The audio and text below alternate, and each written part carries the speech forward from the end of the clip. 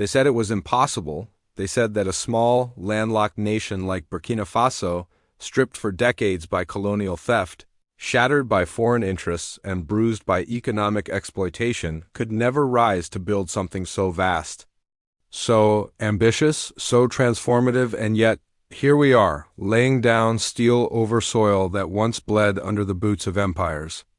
We are not waiting for permission, not begging for aid, not asking for approval, because a new generation has awakened under the fire of Captain Ibrahim Traoré's vision, a generation that refuses to kneel, that builds not with fear, but with fire in its veins, that understands we are the children of Sankara and the heartbeat of Africa. And if we must carry bricks on our backs to build this railway, then so be it, because every bolt, every beam, every kilometer of track screams freedom, sovereignty, dignity. This railway is not just transport, it is resistance. It is proof that African hands can forge African futures, that African dreams can defy colonial ceilings, that the spirit of our ancestors rides with us on every locomotive that will roar across the Sahel. For too long, we have been told we are too poor, too weak, too unstable to build for ourselves. But that lie crumbles now under the weight of steel laid by a united people, because this is not just a railway, it is a message to the world that Africa will not be kept in the dark, that the days of waiting for Western loans and neo-colonial instructions are over, and while they send economists to tell us it can't be done, we send engineers to build it. While they try to distract us with debt traps, we focus on sovereignty. Tracks, while they speak of impossible terrain, we create possible futures.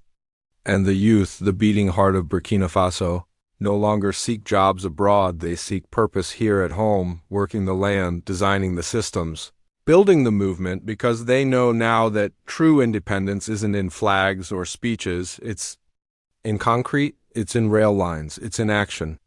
And in every hammer strike and shovel of earth, we bury the myth of African incapacity and raise the truth of African destiny.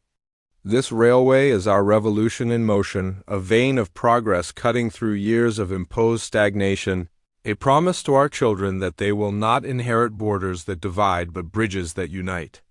And as the tracks stretch toward the horizon, so too does our belief stretch beyond limits, our courage defy calculation, our unity become unshakable, because this isn't just about Burkina Faso. This is about every African nation told to sit still while others drive the train of history. Well, we're not waiting anymore, we're laying the tracks ourselves. Fueled by a dream that no colonizer can derail, led by a captain who answers to the people, not foreign puppeteers. Empowered by a people who have remembered their strength, their history, their worth. The railway the West said was impossible is being built not by billion-dollar companies, but by the billion-beat hearts of Burkina who believe that when we move together, no obstacle can withstand our momentum. So let them watch, let them doubt, let them criticize, because by the time they realize what's happening, the trains will already be running, the people will already be moving, and the future they feared we would never reach will already be here. Built by hands that once held protest signs and now hold blueprints, built by minds once colonized but now radicalized with hope, built not with the tools of the oppressor but with the spirit of the revolution. This railway is not just a project, it is proof that the most powerful thing in Africa is not oil or gold, but the will of a people who refuse to be broken. And as we push forward, track after track, toward freedom, toward connection, toward greatness, the world will finally understand that when Burkina Faso builds, it does not build small, it builds for generations, for Africa, for dignity, and for victory that can never again be stolen. They told us it could never be done. They said we were too small, too poor, too dependent, too broken to build something of our own, something vast, something bold, something so rooted in dignity and defiance that it would shake the very foundations of colonial logic. And yet, here we stand in the heart of West Africa, watching steel kiss the red earth of Burkina Faso, not as beggars of Western charity, but as builders of our own destiny. For decades they sold us the lie that African nations needed foreign hands to hold us upright, that we could never rise unless we first bowed That progress must always come wearing a foreign face, speaking a foreign tongue, carrying a foreign flag, but that era is dying now, being buried under the thunder of hammers, under the sweat of our youth, under the power of a generation that remembers who we are and refuses to forget what we could become. And in the dust of a once-abandoned dream, Ibrahim Traoré stands not as a puppet of Paris or a servant of Washington, but as a son of the soil, a captain of the people, a reminder that leadership in Africa can be rooted in principle, not profit, that it can grow not from greed but from courage, and that when a leader believes in his people more than in foreign approval, miracles become blueprints and impossible becomes reality. This railway, they said, could never be built as being laid down not by corporations that extract, but by a nation that believes. It is being forged not in boardrooms in Brussels, but in the hearts of Burkina Faso farmers, welders, students, and soldiers who know that this track is not just metal and mechanics, it's a line of freedom, a path to self-reliance, a roaring symbol of what Africa can do when it stops asking permission to rise. This is more than infrastructure, is resurrection, the rising of a people too long buried under the weight of debt, division, and deception.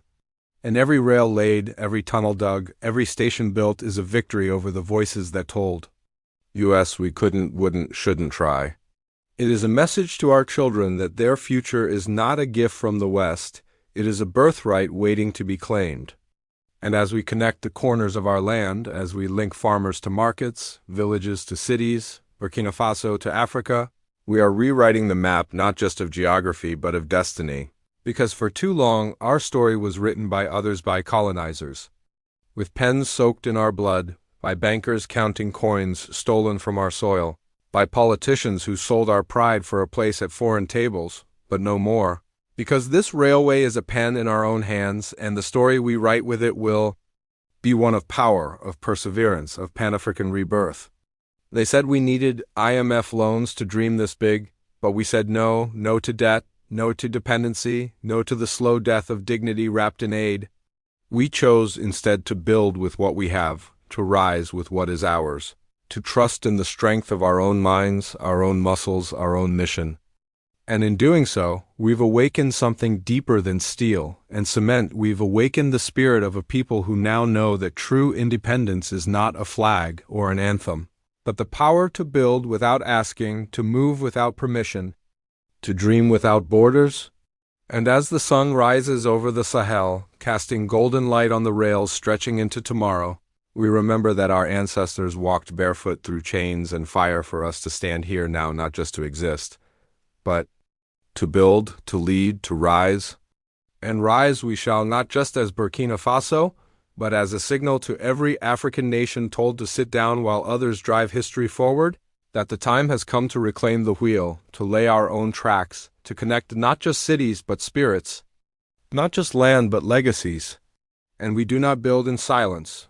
We build with drums in our hearts and thunder in our hands, calling every youth, every farmer, every builder, every dreamer to the cause, because this is not a government project. It is a people's revolution in motion. And while the world watches in disbelief, searching for the catch, for the strings, for the backdoor deals, they will find none, because this is not a spectacle, it is a statement. This is not a show, it is a shift.